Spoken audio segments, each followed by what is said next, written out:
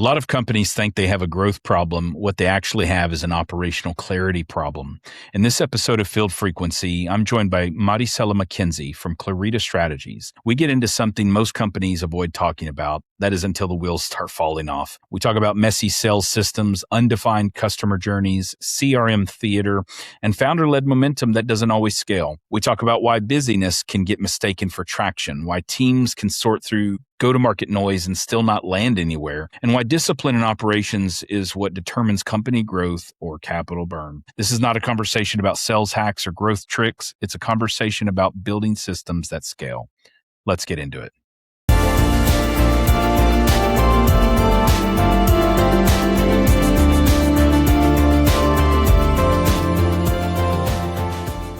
Welcome to another episode of Field Frequency, powered by Field Advantage, an IT field services company specializing in maintenance and operation of critical infrastructure, including EV charging networks. Today, I'm very happy to have Maricela McKenzie, CEO and founder of Clarida Strategies.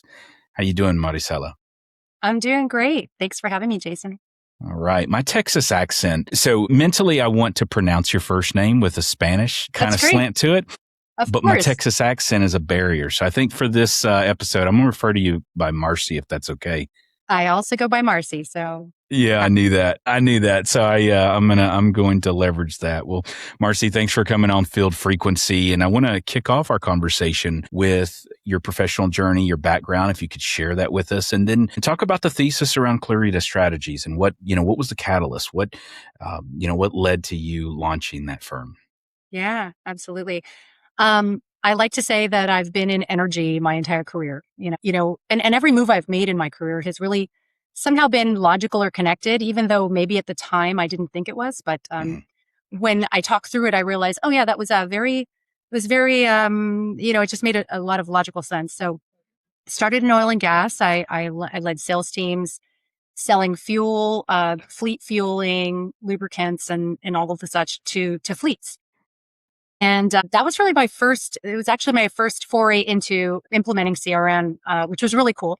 It was the first opportunity for me to look at, it doesn't just take a good salesperson to do sales. It takes some process. It takes some organization. It takes, some diligence. And so that was great. It was really, process create plus talent creates success. So that's where one of the things I learned there. The other was really getting to know your client. How important is it to know your client? And so working with fleets, it was so important to dig into what makes them successful. What are the challenges they have? At the time there were, and there still are, from what I understand, driver shortages, fuel costs, routing implications, all those different things. So it's really important to know what really challenges your client and how you're going to be empathetic about it and how you sell to them based on that.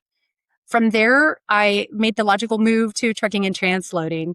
So I was working with an organization that was hauling from the ports of Los Angeles and Long Beach. And it was during a time when the ports were requiring a transition into cleaner diesel and cleaner fuels. And so looking back, it's like foreshadowing to this evolution of transportation, which is, super exciting. And then I was working in, distribution and transportation of frac pipe and large diameter gas transmission pipe and everything. And so it was like staying in that oil/transportation world up until the point where Southern California had a massive gas leak. And I asked myself this question, is this where I want to participate in my line of work? What do I want to do? And do I want to go into clean energy? And so, of course, I answered that question.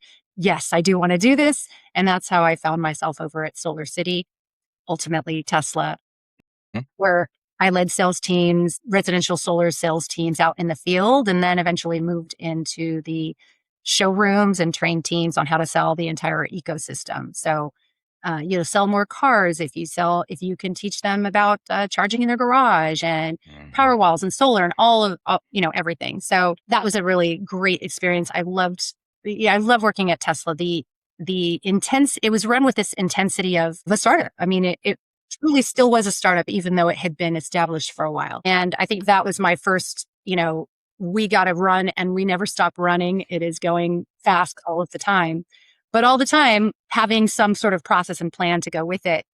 So one of the reasons why I left Tesla, though, was when we didn't sell a vehicle, it might have been, in some cases it was because clients were very, very skeptical about charging. They said, I don't understand charging. I know you're making it sound easy. It sounds like Tesla makes it easy, but somehow it's just very foreign to me.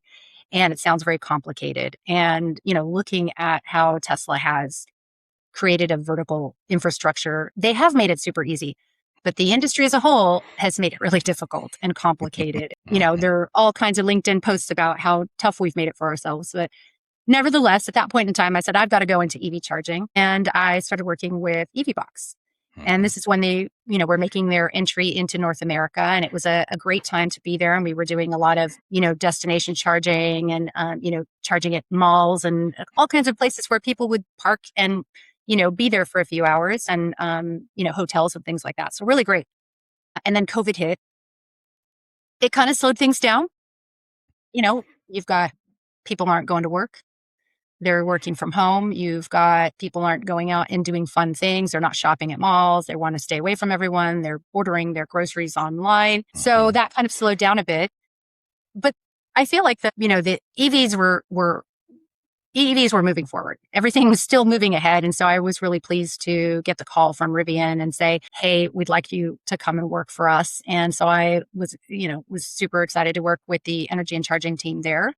For Waypoints, I ran their sales enablement, and that was one of the places where I was able to say, okay, we've got to align process and enablement, marketing, all of the different pieces to try to get to this end sale. And so it was really fun. I really enjoyed working with the team there. I met you there, and it's a great place to be. While I was there, and also while I was at EVBox, in both instances, we were working on deploying charging. And so were so many other companies. It was all about, let's get as many chargers out there. We've got to put, mass installations, and less time and energy and money was put into how do we make sure that these chargers work when they're in the field? Who's going to go fix them? How quickly can we take care of all this? And so the logical transition from that point was to work as SVP of sales over at ChargerHelp. So that was, and really ChargerHelp is where I think my Clarida scale program is really where it was born. So it's kind of where I took everything I've been doing at all of these other organizations and realized there were so many pieces to it, and all of them are important. And so that's where I started to kind of put it together. And I started Clarida Strategies because I started to see, there's so many startup companies in clean tech, in sustainability.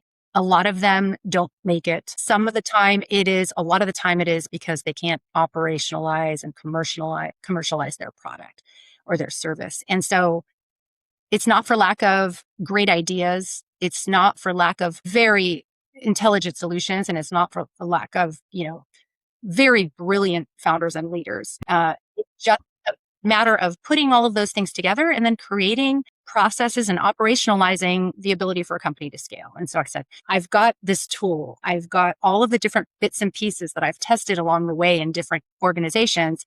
And now I've created this structure and I want to offer it to companies to really help them, create a repeatable sales process and scale their businesses and really, help us make some headway into, this challenge that we have with climate change.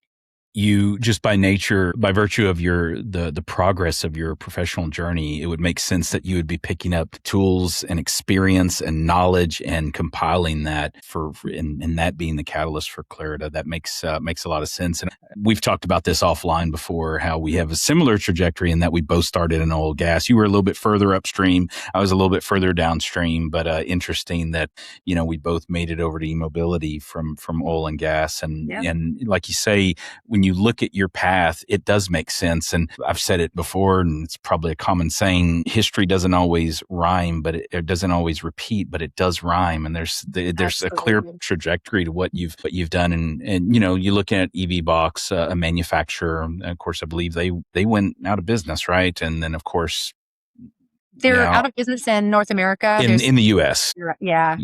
We Field Advantage and EVBox were in conversation while before the change in the U.S. business. We're looking at supporting their hardware. But to your point of where your experiences and what you've gathered along the way, and the processes and places. We both were part of the Waypoints team over at Rivian. We saw, the changes and shifts and pivots all within the Waypoint team over there during that time. It was, like you say, it was fun. I had fun. It was an enjoyable time, but it was a fast time, and different probably type of fast than what you experienced over at Tesla, but still fast nonetheless. I would like to explore a little bit more about Clarida and understand. You talked about the patterns that you were seeing that led up to building it. And you developed a product called Scale Framework. I want to talk about that. But I would also like to get into the strategy versus operational reality. A lot of companies think that they have a growth problem. And we've talked about this offline, and I think it's important conversation for the audience. A lot of companies think they have a growth problem when they actually have an operational clarity problem. Hence the importance of your name there. The name of the firm. From your vantage point, where do businesses commonly confuse activity with actual go-to-market effectiveness? Yeah. No, that's a great way to look at it. That is it. A lot of times they're measuring activity, right, versus outcomes. And so we're doing a lot of things. We're posting on LinkedIn. We're making a lot of calls. We're going to conferences. We're doing a lot of marketing campaigns and things. And we're not really operationalizing what we're doing. So we're not doing it in a concerted, like with an intentional plan. It's just a sort of a spray and pray approach. And so that's part of it is that we feel like we've got to be doing all the things, and we're fed so much information these days. Oh, you should be doing this, and you've got to post X number of times per week, and you've got to do this, that, and the other. And so everyone's just kind of running and trying to do it all and hoping that something sticks, but they're not always doing it with a plan. And so, you've got people in the company that have different approaches, that have different messaging, even to the level of, leadership. You've got salespeople who are doing and saying something, and you've got leadership who's doing something else. And so it creates a bit of confusion for clients. And so it really kind of, points back to messaging. The other thing is weak qualification. So we're talking without having that strategy in place. We're talking to everybody.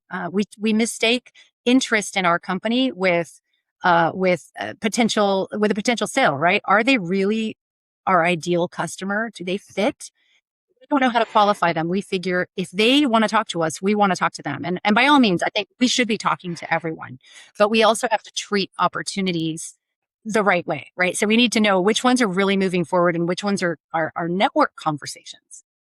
And sometimes these network conversations lead to this illusion that you have a pipeline when you don't. So these are all the things. Everything I'm mentioning is this: we have the illusion of growth because we're having lots of great conversations and we're putting lots of things in maybe a CRM or depositing information, but we're not really talking to and talking like the ideal customer that we're chasing after, that we really need to chase after. And part of that is because we haven't truly defined it. And so those are some of the challenges. It's, if we don't get the messaging right because we don't really know who is the ideal customer we should be talking to. Maybe we think we do, but a lot of the work that I do with companies, we find that companies are going after. These are the 6 or 7 different verticals we're going after and why, right? And so some of the work that we do is take it back to, let's talk about why. Let's talk about how passionately they're going to want and need your product or solution, right? If they're not loving it, you're making your sale really, really difficult. If you have to twist their arm, that's a difficult place to be. So really starting with the strategy, getting the target audience, getting the messaging right, getting the practice, right? Just operational practice of this is how we qualify. This is what we do next. This is when we do a proposal. All of those different things, they matter. When you were talking about the activity, the posting, the networking, the industry events, and all of that busy activity, we've all lived it and breathed it. We know that busy doesn't always translate to productive busyness. It's sometimes just busyness for busyness sake. And there's always a potentiality of where it could lead, the conversation that could go somewhere, the opportunity and the networking. And there is value and we can't neglect it. But sorting through the noise and identifying where signal is coming from is the key. And so that's what I'm hearing. You're saying that you're wanting to I think about the Waypoints experience that I had personally, where where there was a lot of focus at some point on total addressable market and identifying the ICP. And what I wanted to do was just get on the phone and just talk to someone and get some commercial activity going, because like you said, people show interest. Rivian's calling. Oh, I'm interested. Want to talk to Rivian. But how does that translate to commercial activity? How am I using my time the best way for the company that's going to have some ROI and some value to it? And so much noise, so much distractions. And so I can just imagine that as you are as you're working with companies, you're trying to move them from that founder-led momentum into repeatable execution. In your consultation, working with your clients, where do organizations typically get stuck in that transition? Where do the wheels start spinning? Is it messaging? Is it systems? What does that look like? That moment when you're going from founder-led, growth to bringing on teams and trying to build from there, that's a really, really fragile moment in time. The founder has been carrying everything. They have all the institutional knowledge, the story, the politics, the network, all of these different, the tribal knowledge, right? So they've got everything, and they've been successful at it because they've got their messaging, and they've got their process and their connections and all of that. And then we get to a point where, okay, we're ready to scale. We've got to go. And this point where we start to grow, where, hey, we've got funding, let's do it. Let's hire a team. And without going and taking that founder knowledge and that founder experience and operationalizing it and creating a process, like taking out the goodness of it and going, how does this fit in a customer journey and a sales process? We drift, right? So we have just people all saying different things. We've got some people saying, I'm going to repeat exactly what the founder says on their calls, right? Or I'm going to do it my way because that's not my voice at all. And it's not just about the voice, it's about the words, the messaging, the whole thing goes off. You can't replicate as much as you want to. You can't replicate that founder success. You have to, in order to scale, you've got to build a process from it. You've got the intuition piece that the founder had, but you've got to create that visibility. How do we take that and make it into something? So, and sometimes at this point, when we start to hit a wall where we say, hey, we're not producing, we're not getting what we want. The thought oftentimes is we need more leads. We're obviously not getting more leads, right? We need more of them, because if we had more, then we'd close more. And we get more leads and we're still not closing. And so that's a real challenge. And so this is the moment where the finger pointing culture kind of starts to come in, where you're going, marketing's not giving us good leads, or they're not giving us enough, or sales isn't closing the leads that we're bringing in, or marketing's messaging is totally off. And it really just kind of comes down to, we don't know how we bring value, and we have to learn that. And so you have to take a minute, take that this company's been operating with speed and rushing, and we take so much pride in being nimble and going fast. You actually have to take a minute to slow down and say, okay, great. We're proud of the success that we've had so far. And now we need to make it so that we can grow this company with other people. Yeah. Additional people. The founder cannot, continue to be the operating system of the company. Wow.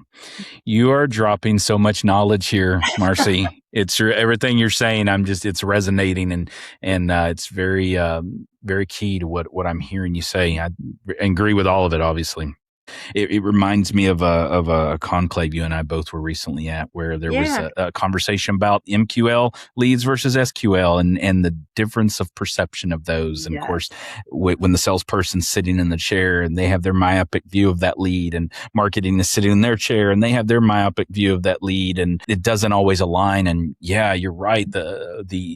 The power and speed and momentum of the founder that has bootstrapped a organization, has got it to a place of significant growth, but now it's time to move on to the next level. You can't just parrot that, at least the folks following in the footsteps can't just parrot that. They've got to internalize the message, internalize the product, internalize the broader strategy of what we're going to do, what we're not going to do, the flying zones, the no fly zones, and so forth. I feel like I've heard you talk about the growth velocity, and there is a financial drag. You alluded to it just a moment ago, where you're talking about, let's go hire a team. Let's just go get people. And at what point moving from that growth velocity into a place where there could be burning cash, spending too much. There's got to be processes to, kind of hit the pause button and define the sales process. Is there a CRM? If there is a CRM, does it have anything in it? Is it being used? If there's no CRM, what has been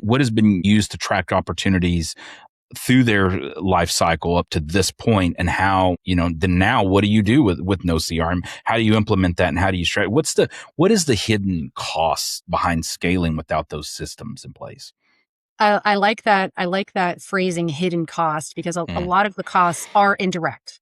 Everyone's thinking, well, the obvious one is lost sales, right? And you can see that the cost is where we're not meeting our numbers, but there's a lot of hidden cost, and that is in the time that is spent spinning your wheels. It's the time that you're having these valuable conversations, getting in front of really, really, great prospective clients, and not meeting the mark, right? Not doing what you should be doing because you don't have your clear path. Other hidden costs include poor forecasting, certainly longer sales cycles. So having it take longer to sell your product is going to be a huge cost. It's going to mean, less. So long sales cycles. The other thing is the distraction for executives, right? So we don't have a system that runs efficiently, we're taking the time to go, what's going on? I want to get into the nitty gritty. I want to dive into, I am questioning the information in the CRM. Let's say we have a CRM and we're using it as a repository for information. Now we're diving in, looking into, does this make sense? And all of this comes from, not having a defined next step. Doing manual reconciliation on things because you're not really trusting in the system. And we want to get to a point where you're not having all of these, these indirect costs, because you've got a system that's working and you can trust the information coming out of it. And so operational maturity is where you want to go. That's where you stop burning capital quietly. Like, it's where you start to see things start to move faster. Offline, I've heard you talk about codifying processes and building usable, repeatable, expandable playbooks. What makes operational standardization so difficult inside scaling companies? It is difficult because in the process of creating, codifying a process, you have to go through and look at, what are we doing? And you're exposing the ambiguity in your system, and you're exposing the problems in your system. And people have a hard time talking about this. They have a hard time admitting. And some of the feedback I've gotten from clients that I've met with, they say, thank you for providing an opportunity for us to engage around how we do things and why we do things, and challenging us, right? And asking the questions that get us to really figure it out. So some of the things that we figure out is, there's no system, but high performers are usually going to find a way to compensate for a lack of structure. They're going to be politically savvy. They're going to know how to do workarounds. They're going to figure out how to get things done. And a lot of times as leaders, we look at them and we say, wow, this person is a really great performer. They're hitting their targets. They're doing really great things. Why isn't everybody doing that? And the problem is that fantastic performer is very skillful, obviously, and very useful to have and all, to keep on staff. But you can't scale that, because that's one individual knowing how to be savvy, how to work things, how to, get in the right meetings and all of that. So by creating by codifying a process, it gives you the ability to really look at what you're doing, identify what you should be doing, find out where the gaps are, and create that consistency that you need in order to really scale. So creating the repeatable components, not creating bureaucracy. This is another reason why a lot of times it's hard for people to codify. They're saying, oh no, I don't want to be bound by something. I don't want to always have to do things a certain way. I want to have the freedom to sell my way. And I never say, you should lose your personality in a sales process. Absolutely not. Always keep your personality. People want to buy from a real person. They don't want a script. They don't want someone who's unnatural. So that piece is really important. You keep that, but having that operational, efficiency is going to tell you what step to do next. It's going to tell you, how do we know when to speak to other people, other stakeholders, all of those different pieces, right, that we put together. But it is really hard. It's really hard for for founders and for even established companies to take a minute to say, all right, let's put this process in writing and see how it looks. One of the things I do is a sales to service, flow chart, and we put it all down, and that visual is so helpful. It doesn't mean it's the final sales to service. It's the how are we doing it now? And then we can see, right, what else should we be doing? And it's really eye-opening. And so, back to your question, why is it so hard? It's really just, it's kind of scary, I think. And it's cumbersome.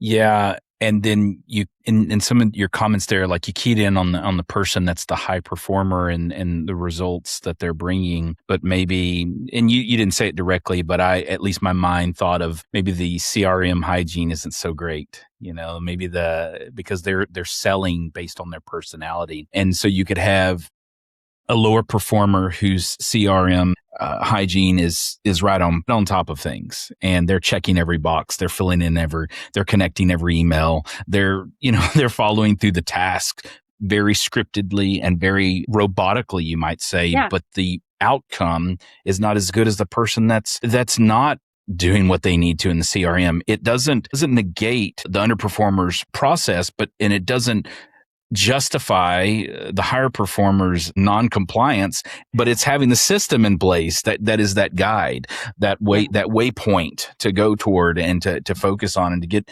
and I think it brings equity to the system. I guess I was trying to contain my smile as you were talking, because I was just thinking, about my own CRM activity. And just recently my CEO was like, "Hey, you got some age stuff in here." I was like, "Oh my God, why am I getting called out?" No, like I know better than this, I know better than this, because I've always been an advocate.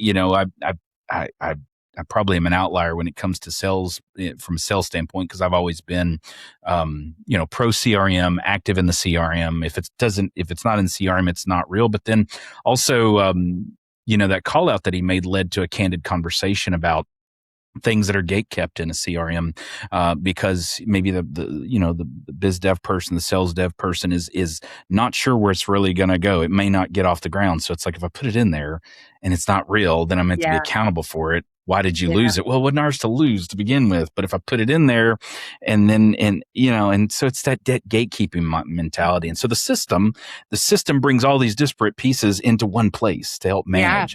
I mean, that's a great example of how we qualify, right? Mm-hmm. If we don't think it's a good activity, then if we don't feel confident about our ability to close it, then maybe it shouldn't go in there, and maybe we shouldn't chase it, right? Maybe, so that's the other thing.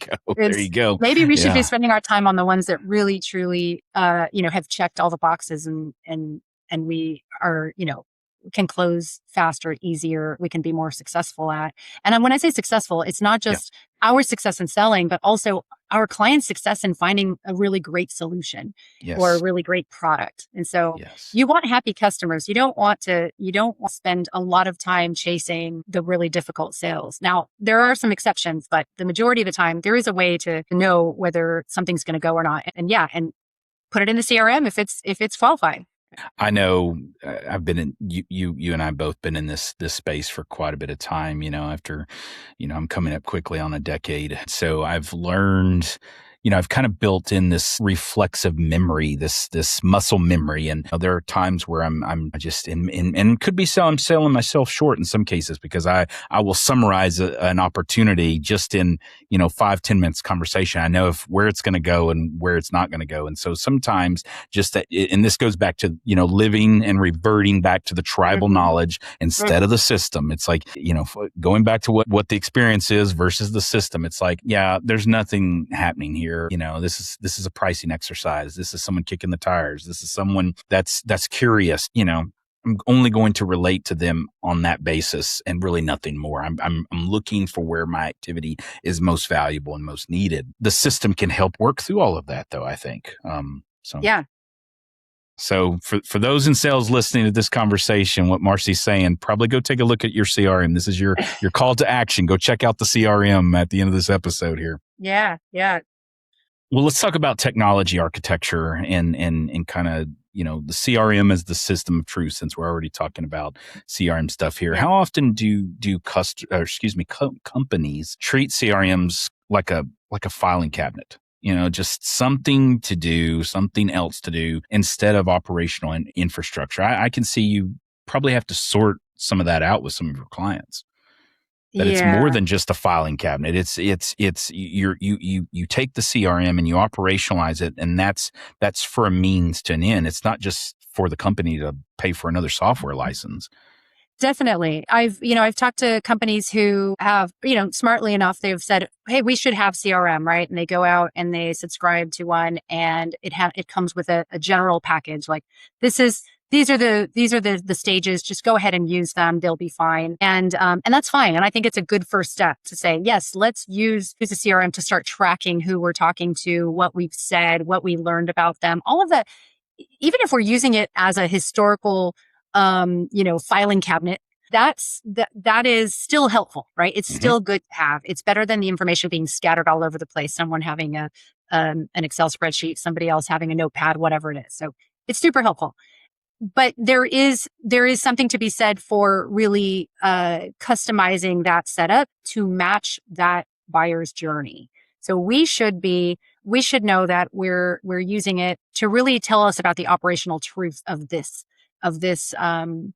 of all of your sales. So the goal is that you're setting it up so that you're truly following what the buyer is, how they buy. So every stage in your CRM is telling you something, and you can make decisions from it. So the best implementations are those that, leadership and CFOs and everyone can say, "Oh, we believe what's in here, and it's telling us something. It's telling us that this is the stage we get stuck in the most, or it's telling us this is what our revenue should look like in Q4." All of those different things. So that's the difference between a repository or a receptacle of information and an actual system that you're running your business from. You've got more forecasting accuracy. You know that what's in there is truly qualified. And so, you've got milestones that say, until the client does this particular thing, or we do this particular meeting, or they give us the sign off, this doesn't move to the next stage. And so that gives us that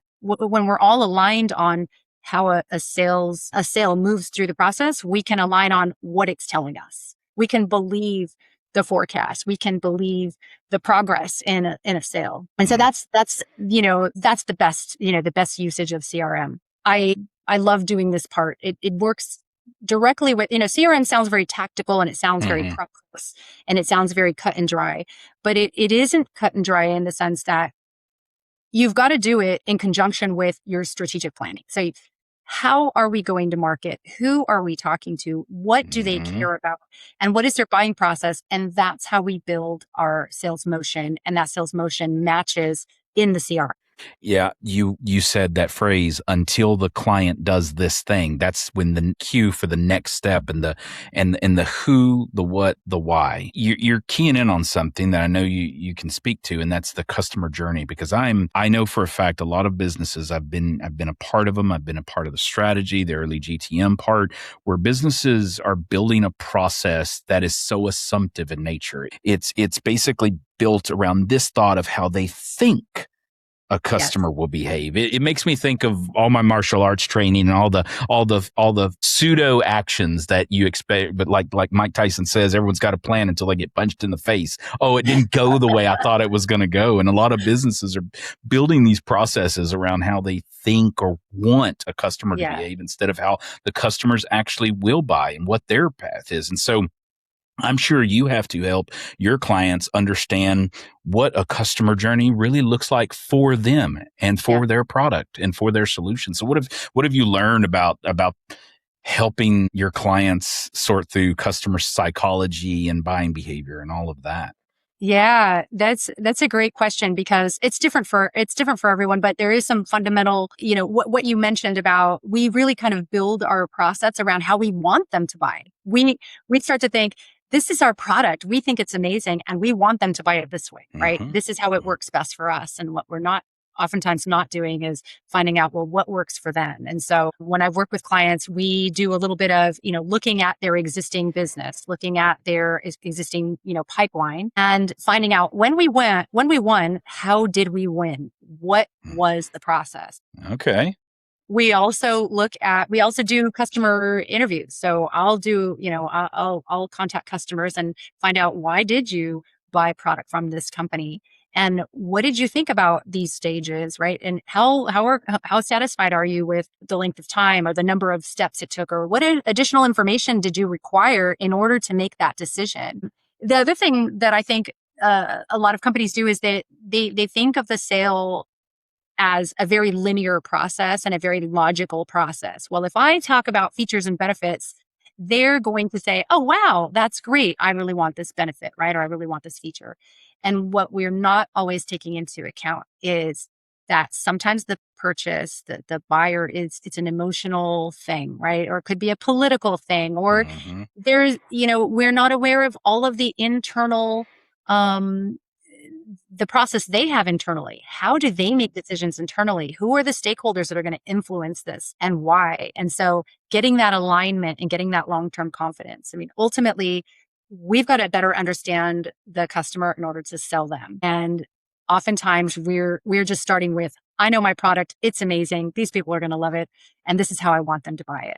So that's some of the work I do. Ultimately, what we want to get to is, let's put together a process that is going to build trust and confidence. The client has to know that they're going to benefit from your product.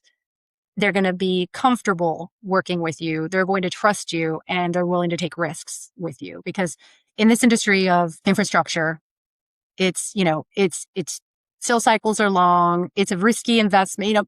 Everyone's got to check those boxes to say, am I willing to do this with this particular, vendor? Mm-hmm. And so we've got to understand them better in order to sell them. Mm-hmm. You're preaching here. Some good comments. This is really good, Marcy. I want to talk about go-to-market noise. The market is obviously flooded with all kinds of buzzwords and thoughts, frameworks, AI, growth hacks, etc. From your perspective, though, what parts of a modern go-to-market culture are legitimately valuable versus performative? And you can answer that from a number of different ways, whatever makes the most sense to you. But how do you identify what's valuable versus just like performative? Whether we're kind of talking about CRM, but there's probably more to it than that. Yeah. There are a bunch of tools out there. There's all kinds of, there's so much software stacking, right? Everyone's just like, oh, I've got to have this and I've got to have that and I've got to have another thing to integrate with. And, there's so many tools. And I think when I think about, particularly, AI, I'm thinking about it's super helpful when it's very useful when it's decreasing administrative burden, right? Those repetitive tasks. It's very helpful when it's helping us improve visibility, right? So when we're looking at, hey, we have all this information and now we understand, what are we seeing here? It's not something that we want to use when we haven't put the time and effort into developing a strong strategy. So sometimes the mistake is companies are bringing in all these tools, but they haven't taken that time to build out how they're really going to market. So if you have a weak go-to-market strategy and you throw a lot of cool, tools on top of it, you're just going faster, doing following an ineffective process. So you may not get the results you want. You may get some, but there's no changing, it's not going to fix positioning. It's not going to fix ICP. It's not going to fix qualification. That's all still dependent on us. So a lot of times we're really obsessed about volume, but ultimately fundamentals still matter. So we've got to get the messaging right. We've got to get the process right. And then we can use these tools to go faster, to be smarter, to extract more valuable data from them, to help us follow through, to help us really create that mature process. An AI principle is obviously garbage in, garbage out, good in, good out. What I also, and this is definitely an oversimplification of what you said. You said a lot of good things, but one of the things that came to mind was when you were talking about decreasing repeatable burden, the things, kind of a repurposing of cognitive load. So you're not using it for the menial task. So it's almost like, don't create with it, refine with what you've already created. It's maybe an oversimplification, at least when it comes to AI, and other tools. At the beginning of the call, I mentioned your product scale, and I would like to talk about Clarida Strategies program philosophy. And you've developed a program that's rooted in transformation. Obviously, you've gathered all your experiences, your knowledge, and from the places you've been, the teams you've led. But the program is rooted in transformation through focused operational intervention, not just an ongoing stickiness to your client that keeps them tethered to you indefinitely and doesn't help them be successful with your program. I'd like you to talk about scale, and then also is scale designed as a sprint, a long-term transformation, or both? Talk to us about scale, and obviously, as you're talking about it, just share enough with the audience that their interest is piqued, but that they call you. So don't give it all away, but I won't give it all away, but it. I'll give you enough to say, I understand what she's doing here and how this can help. So to answer your question, scale is both a sprint and a marathon, right? Okay. It's a sprint in the sense that, and scale stands for survey, clarify, architect, launch, and enhance. So in those 5 steps, there are different workshops and activities that we go through to get the strategy right, to get that momentum so that we can then build the sales playbook. And in the architect phase, we're building the sales playbook. We did all this work to say, okay, we really understand where we're going now. And now we've got to build a plan. And that plan is going to be the resource that the sales team uses, that leadership uses, that really anybody in the company can use, because they'll have that visibility into how do we do things here. And also, where do we hand it off to operations, and what did the sales team promise? All of those different things. So we do sprint because we're working with companies who do need to operationalize quickly. They're running a business, they're running the day-to-day. And while they're doing that can't stop. We've got to keep going and build out this process. And so that we're going fast on the front end. Launch and enhance, the last 2 stages. That's where we say, okay, we've got a plan now and we're going to launch it. We're going to try it we're going to train, we're going to practice, and then we're going to try it in the real environment. And I'm going to observe sales calls, and we're going to look at what's working. And I'll have one-on-ones with the team, with the whole team. And I do a lot of one-on-ones throughout the entire process, but really identifying what's working, what isn't working, because ultimately a sales process is only as good as, there's no point in following something that doesn't work, right? So we want to create it strategically, build it quickly, execute, try it in the field, and then enhance, right? The last part is enhance. How do we make it better? What's working? What doesn't work? Let's make sure that everything is landing properly with the client. Operationally, does it work? And so there's a bit of let's go back and make sure we adjust where we need to. Or maybe the process isn't wrong. Maybe it's just the execution that's wrong. And so we're having trouble with. So I'm working with teams to go, all right, let's try it. Let's try this again. Let's go through what went well on this particular call and what could we improve and how do we apply the process here? So in coaching teams, at the end of the scale program, there is the opportunity to engage with me on a more like retainer type basis. And that is, to continue that refinement, right? It oftentimes when I come back to help out, it's with either companies that don't have a clear sales org structure and they really need someone to come in and, maybe it's the CEO who's managing sales and they go, hey, I have a pretty good hold on this, but all the coaching and the additional reinforcement of the plan, I'd really love some help with. I also come back and do, quarterly planning and quarterly reviews and, joint sales calls and things like that. So the goal is to really create that capability for the company and not the dependency. So the long-term plan is you shouldn't need someone forever, but you have the ability to have me there if you need me for that continuous improvement or the continuous reinforcement. Or, maybe we have a really long sales cycle. And so it's really hard to see how this thing plays out in 12 months. So we want to keep you around to make sure we're putting it into place so we can measure before and after.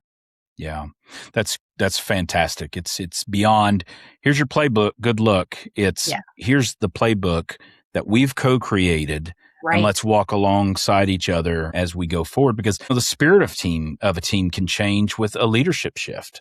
Maybe an exiting VP takes with takes with them, a spirit and influence within the team, or maybe there's a shift in the team, a reorg, a change in how the organization looks, and so there's always that need to come back and refresh and retouch and maybe refine, or change based on how the architecture and spirit of an organization has adjusted.